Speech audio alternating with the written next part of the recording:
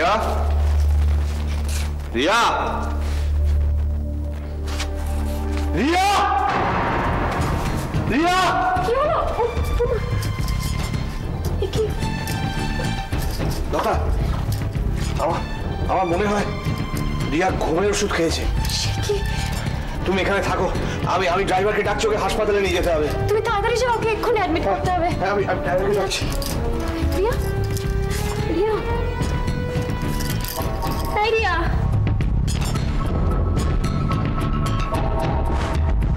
কাছাকাছি করে হাসপাতালে যেতে হবে, যেখানে দেখবে ইমিডিয়েটলি ওষুধটা পাম্প করে বার করে দিতে হবে।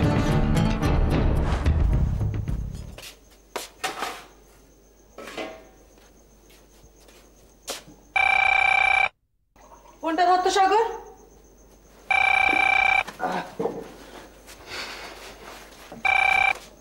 হ্যালো,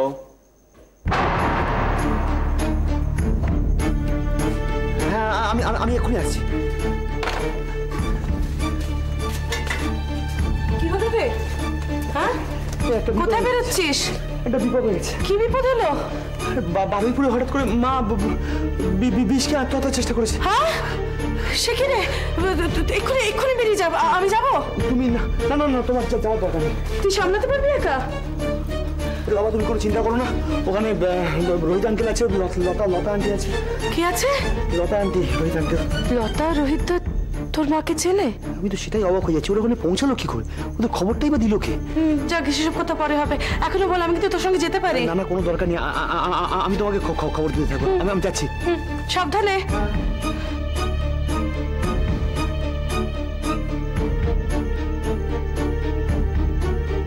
লতা, রোহিতটা সাগরের মাকে চেনে?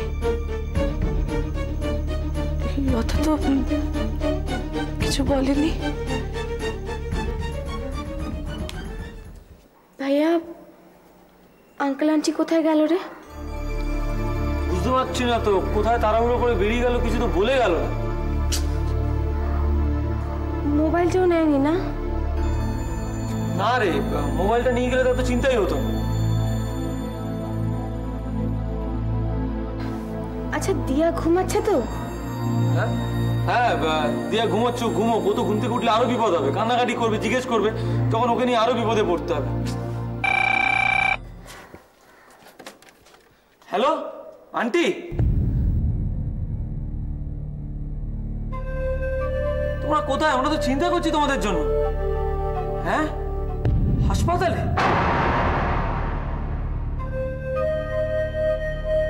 তোমার ঠিক আছো তো? তোমাদের কোনো বিপদ হয়নি তো? হ্যাঁ, ও আচ্ছা আচ্ছা, ঠিক আছে, হ্যাঁ ঠিক আছে ঠিক আছে, হ্যাঁ হ্যাঁ হ্যাঁ।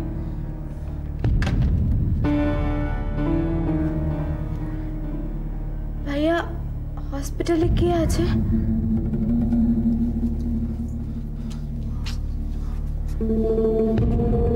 বুঝলি দিদিভাই, আমাদের এক আত্মীয় হাসপাতালে ভর্তি, তবে আমাদের চিন্তা করতে বারণ করেছে, বুঝলি। আর শোন না, বলছি আমাদের খেয়ে নিতে বলেছে।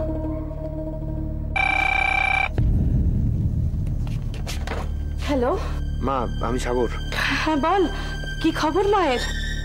বিপদ কেটে গেছে, ডাক্তার পাম্প করে সব ওষুধ বার করে দিয়েছে। ভগবান খুব বাঁচিয়ে দিয়েছে সাগর। ভগবান বাঁচিয়েছেন কিনা জানি না, তবে আশ্চর্যজনকভাবে যদি রোহিত আঙ্কেল, লতা আন্টি ওখানে পৌঁছে না যেতেন, তাহলে জানি না মাকে বাঁচানো যেত কিনা। আমি তো এখনো ভেবে যাচ্ছি, ওরা ওখানে পৌঁছলো কি করে? অনেক প্রশ্নের উত্তরই এখনো পাইনি মা। যাকে শোনো, আজ রাতটা হসপিটালে রাখবে, কালকে সকালে রিলিজ করে দেবে, বুঝলে তো? আমি সকালে চলে আসছি বাড়িতে। ঠিক আছে ঠিক আছে, তুই আয়, সাবধানে আয় বাবা। হ্যাঁ, সাবধানে আয়। হ্যালো অলি। হ্যাঁ আন্টি, তোমরা কখন ফিরবে? তোরা সব খেয়ে নিয়েছিস তো? হ্যাঁ। দিয়া? দিয়া তো আগেই খেয়ে ঘুমিয়ে পড়েছে। ঠিক আছে, ওকে তাহলে আর ডাকবার দরকার নেই, আর তোরা শুয়ে পড়। শুয়ে পড়বো মানে? তোমরা আসবে না? আজ রাতে মনে হয় আর আসা হবে না আমাদের। কেন? যিনি হসপিটালে আছেন তিনি কি খুব অসুস্থ? বিপদ মোটামুটি কেটে গেছে, এখন আউট অফ ডেঞ্জার, কিন্তু ডাক্তার বলেছেন অবজারভেশনে রাখতে হবে। আন্টি, তোমরা ঠিক আছো তো? একদম ঠিক আছে, যা এবার শুয়ে পড়। রাখছি। হ্যাঁ,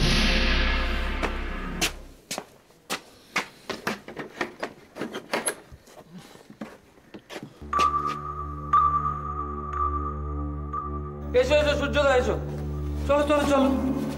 বাবা এত ব্যাগ ট্যাগ নিয়ে, ব্যাগগুলো আমায় দাও, ব্যাগগুলো আমায় দাও। না না ঠিক আছে। ঠিক আছে বললে চলে, তুমি আমাদের বাড়ির হবু জামাই বলে কথা। দাও ব্যাগগুলো আমায় দাও। ঠিক আছে। ফর্মালিটি করো না কিট। আমি একটু বসছি। হ্যাঁ এই সূর্যদা, তোমার এত ডিস্টার্ব লাগছে? হ্যাঁ একটু ডিস্টার্ব আছে। কি হয়েছে? বাড়িতে কোনো প্রবলেম হয়েছে? কি বলি বলো তো? দেখো, আমাকে বলতে না চাইলে বলো না, এটা তোমার পার্সোনাল ব্যাপার। কিন্তু তোমার জন্য আমি যদি জীবনে কিছু করতে পারি আমার ভালো লাগবে। কিরিট ওভাবে বলো না। আসলে আমি বাড়ি ছেড়ে চলে এসেছি। সে কি হঠাৎ? কাল রাত্রিরে আমার বাড়িতে একটা সাংঘাতিক কাণ্ড ঘটে গেছে। সে কি? কি হয়েছে? বাবা মদ্যপ অবস্থায় মাকে প্রচন্ড মারধর করেছে। আমি কিচ্ছু করতে পারিনি কিরিট, আমি মাকে বাঁচাতে পারিনি। সে কি সূর্যদা? তার মানে তো তোমার মায়ের খুব লেগেছে? খুবই লেগেছে। কিন্তু তোমাদের বাড়িতেই অশান্তি কি নিয়ে? এখন তো একটা ইস্যু কিরিট, আমার বিয়ে। তার জন্য তুমি বাড়ি ছেড়ে চলে এলে? কিচ্ছু করার নেই কিরিট। বাবা খ্যাপা কুকুরের মতো হয়ে গেছে, সকলের সামনে সিন ক্রিয়েট করতে পারছে না, তাই সব রাগ গিয়ে পড়েছে আমাদের উপর। মনোময় সিংহ ভোটে হেরে গেলে কি হতো? আরো ভয়ঙ্কর কিছু হতো কিরিট। আমি আমার মাকেই রক্ষা করতে পারিনি, তোমরা তো দূরের কথা। না সূর্যদা, এইভাবে বলো। দেখো, বাইরের লোকের সঙ্গে লড়াই করা অনেক সহজ, কিন্তু নিজের বাবাকে তো আর মারা যায় না। সূর্যদা, তোমার মা এখন কোথায়? বাবা ঘুমোচ্ছিল, সেই ফাঁকে আমি মাকে মামা বাড়িতে দিয়ে এসছি। এখানে এসছি আঙ্কেল আন্টির সঙ্গে কথা বলতে। আমাকে যা সিদ্ধান্ত নেবার তাড়াতাড়ি নিতে হবে কিরিট, 2-1 দিনের মধ্যে। বাবাকেও আর আমি বিশ্বাস করি না কিরিট।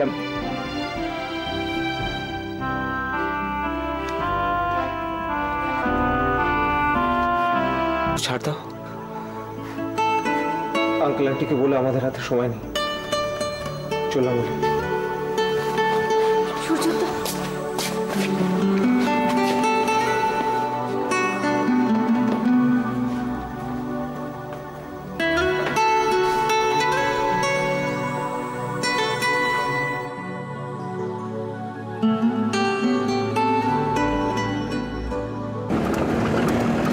কলকাতায় গিয়ে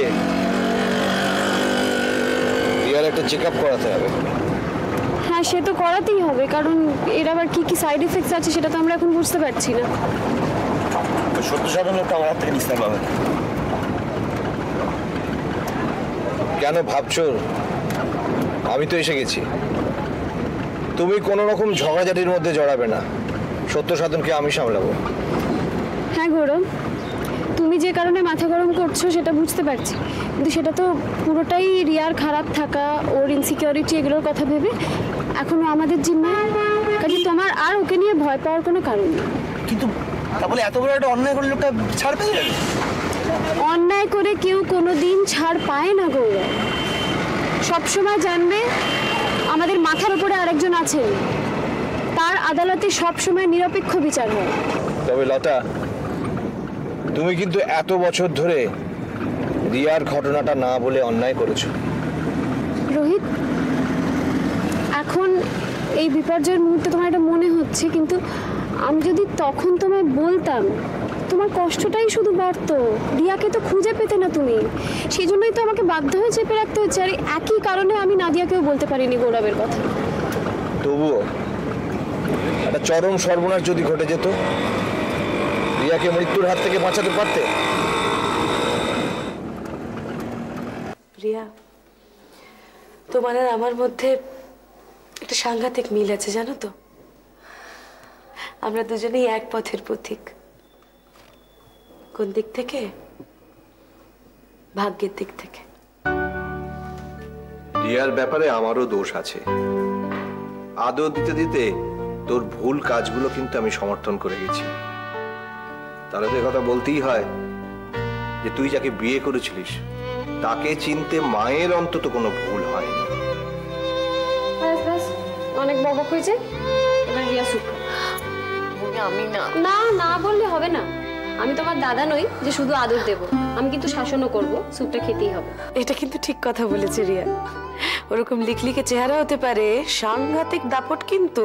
সেটা তো সব থেকে বেশি আমি হাড়ে হাড়ে টের পাই। মোটেই না, তুমি আমার কোন কথাটা শোনো।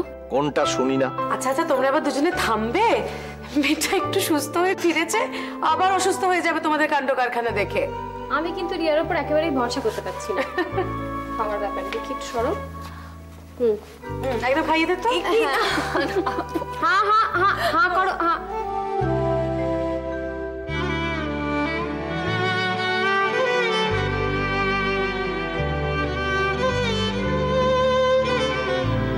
কি চোখে জল কেন?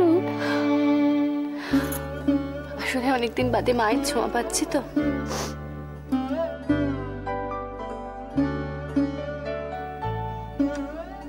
তুমি তো একরকম এখন থেকে আমার মেয়ে। বৌদি তো মায়ের মতনই হয়। আমি বুঝতে পারছি বৌদি, দাদাকে তুমি কতটা সুখী করেছো।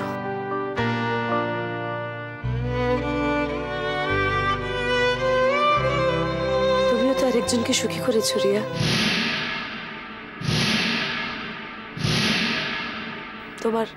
তোমার সাগরকে। তুমি যদি ওকে সেদিন আশ্রয় না দিতে, আমার গৌরব কোথায় ভেসে যেত। কিন্তু তুমি তুমি এতগুলো বছর কিভাবে কাটালে নাদিয়া? আমি ভুল করেছি, হাতে ধরে সাগরকে তোমার হাতে তুলে দিতে পারিনি। আমি পালিয়ে গেছি, আবার ভুল করেছি, সত্য সাধনের খপ্পরে গিয়ে পড়েছি। তুমি একদিকটা দেখছো রিয়া, আরেক দিকটা দেখছো না।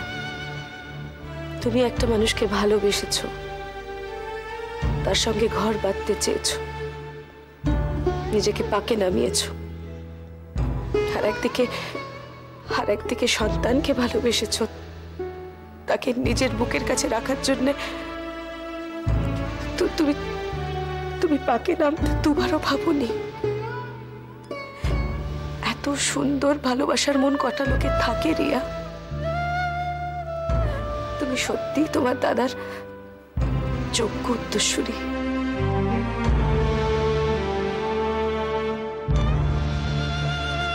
রিয়া, আমি গৌরবের জন্মদাত্রী মা হতে পারি, কিন্তু তুমি ওর প্রাণদাত্রী মা।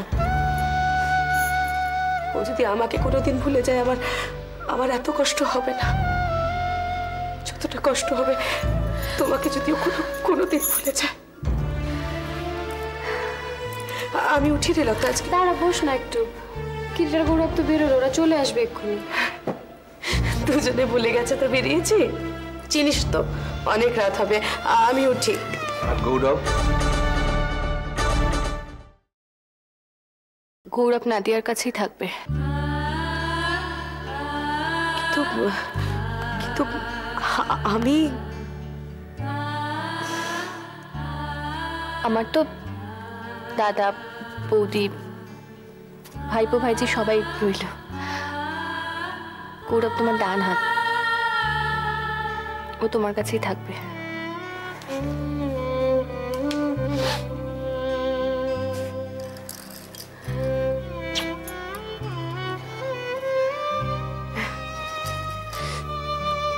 আসি।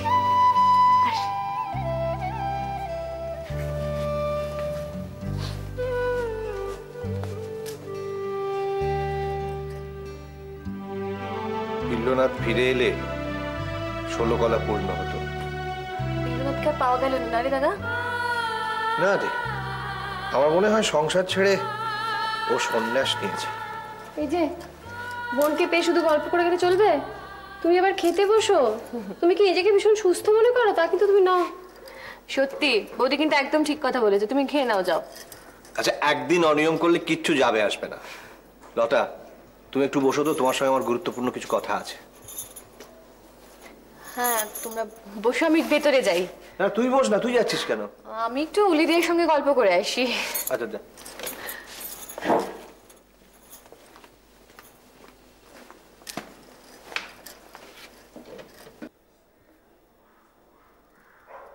রিয়ার দায়িত্ব এখন থেকে আমাদের। সে আর বলার কি আছে, আমি তো অন্তত একটা কথা বলার লোক পেলাম। লতা, আমাদের প্রত্যেকটা স্টেপ অত্যন্ত ভাইটাল। খুব ভেবেচিন্তে স্টেপ নিতে হবে, কারণ প্রত্যেককে এখন সেটেল করার পালা। বলো না, তুমি কি ভাবছো? দেখো, পরশুদিন অলির রেজিস্ট্রি। প্রথমে অলিকে নির্বিঘ্নে সূর্যের হাতে তুলে দিতে হবে। সেটা তো ঠিকই আছে, কোনো রকম ঝঞ্ঝাট যাতে না হয় সেই জন্য তো কোনো অনুষ্ঠানই করা হচ্ছে না। আচ্ছা, নাদিয়াকে তো বলা হলো না। কি বলছো তুমি? নাদিয়াকে এখানে বলবো? আমি নিজে কালুর বাড়িতে গিয়ে ওকে বলে আসবো, আর তার সঙ্গে সোনা আর বিমানকেও বলে আসবো। সে তুমি যা ভালো বোঝো। দিয়ার সম্বন্ধে কিছু ভাবছো? সেটা তো তুমি জানো, দিয়া গৌরবকে ভালোবাসে, ওদের কথাও তো ভাবতে হবে। সে তো বটেই। লতা, আমি একটা কথা ভাবছি। বলো। কিরিট তো পাকাপাকি ভাবে লন্ডনে সেটেল করছে। এখন অফিসের দায়িত্ব যদি রিয়া আর গৌরব ভাগাভাগি করে নেয়, এটা তো খুব ভালো হবে। দিয়া গৌরব একদিকে, সোনা রাখি আরেক দিকে, আর অ্যাসোসিয়েটস তো একেবারে ফুলে ফলে ভরে উঠবে। তবে লতা, তুমি ভেবো না যে গৌরবকে এত বড় দায়িত্ব আমি এমনি এমনি দিচ্ছি। এমনি এমনি দেবার লোক তুমি নও, সেটা আমি জানি। গৌরব যেন কখনো না ভাবে যে ও ভাবি জামাই হিসেবে কাজটা পাচ্ছে। দেখো লতা, কাজ আমার কাছে পুজোর মতো। আমি দিয়ার কাছে শুনেছি যে গৌরব একজন ব্রিলিয়েন্ট স্টুডেন্ট। ওর সেই যোগ্যতাতেই এত বড় দায়িত্ব আমি দিচ্ছি। তোমার যে কারোর প্রতি কোনো পক্ষপাতিত্ব থাকে না, সেটা আমার থেকে বেশি কে জানে বলো? অবশ্য তোমার বেলা নয়, তোমার ক্ষেত্রে আমি একটু পার্শিয়াল। তবে লতা, আমার কথা কিন্তু এখনো শেষ হয়নি। তো বলো, তোমার কথা শুনবো বলেই তো বসে আছি। বলবো, অলির বিয়েটা নির্বিঘ্নে হয়ে যাক, সেই দিন বলবো। ততদিন একটু ধৈর্য ধরো।